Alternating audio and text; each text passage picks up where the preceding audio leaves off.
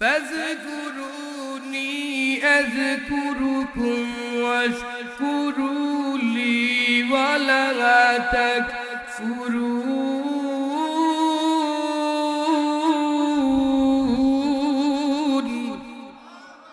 আওয়াজ দিয়ে বলেন আল্লাহু আকবার।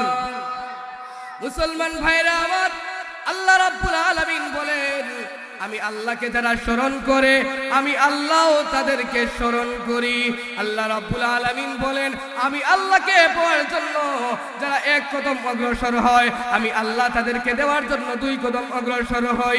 আমি আল্লাহকে পাওয়ার জন্য কেউ যদি হেঁটে হেঁটে অগ্রসর হয় আমি আল্লাহ তাদেরকে দেওয়ার জন্য আমি আল্লাহ দৌড়ে দৌড়ে অগ্রসর হই। সুবহানাল্লাহ। যত মাখলুক আছে প্রত্যেক মাখলুক আল্লাহর জিকির করে। কুরআন শরীফের আয়াত থেকে আমরা বুঝলাম প্রত্যেক মাখলুক আল্লাহর জিকির করে। এই গাছপালা তরুলতা যা কিছু আছে দাঁড়াইয়া দাঁড়াইয়া আল্লাহর জিকির করে। তারপরে আরো আল্লাহর মাখলুক আছে, যেমন মনে করেন বেড়া, দুম্বা, ছাগল, এই প্রত্যেকগুলা রুকুর হালতে সদা সর্বদা আল্লাহর জিকির করে।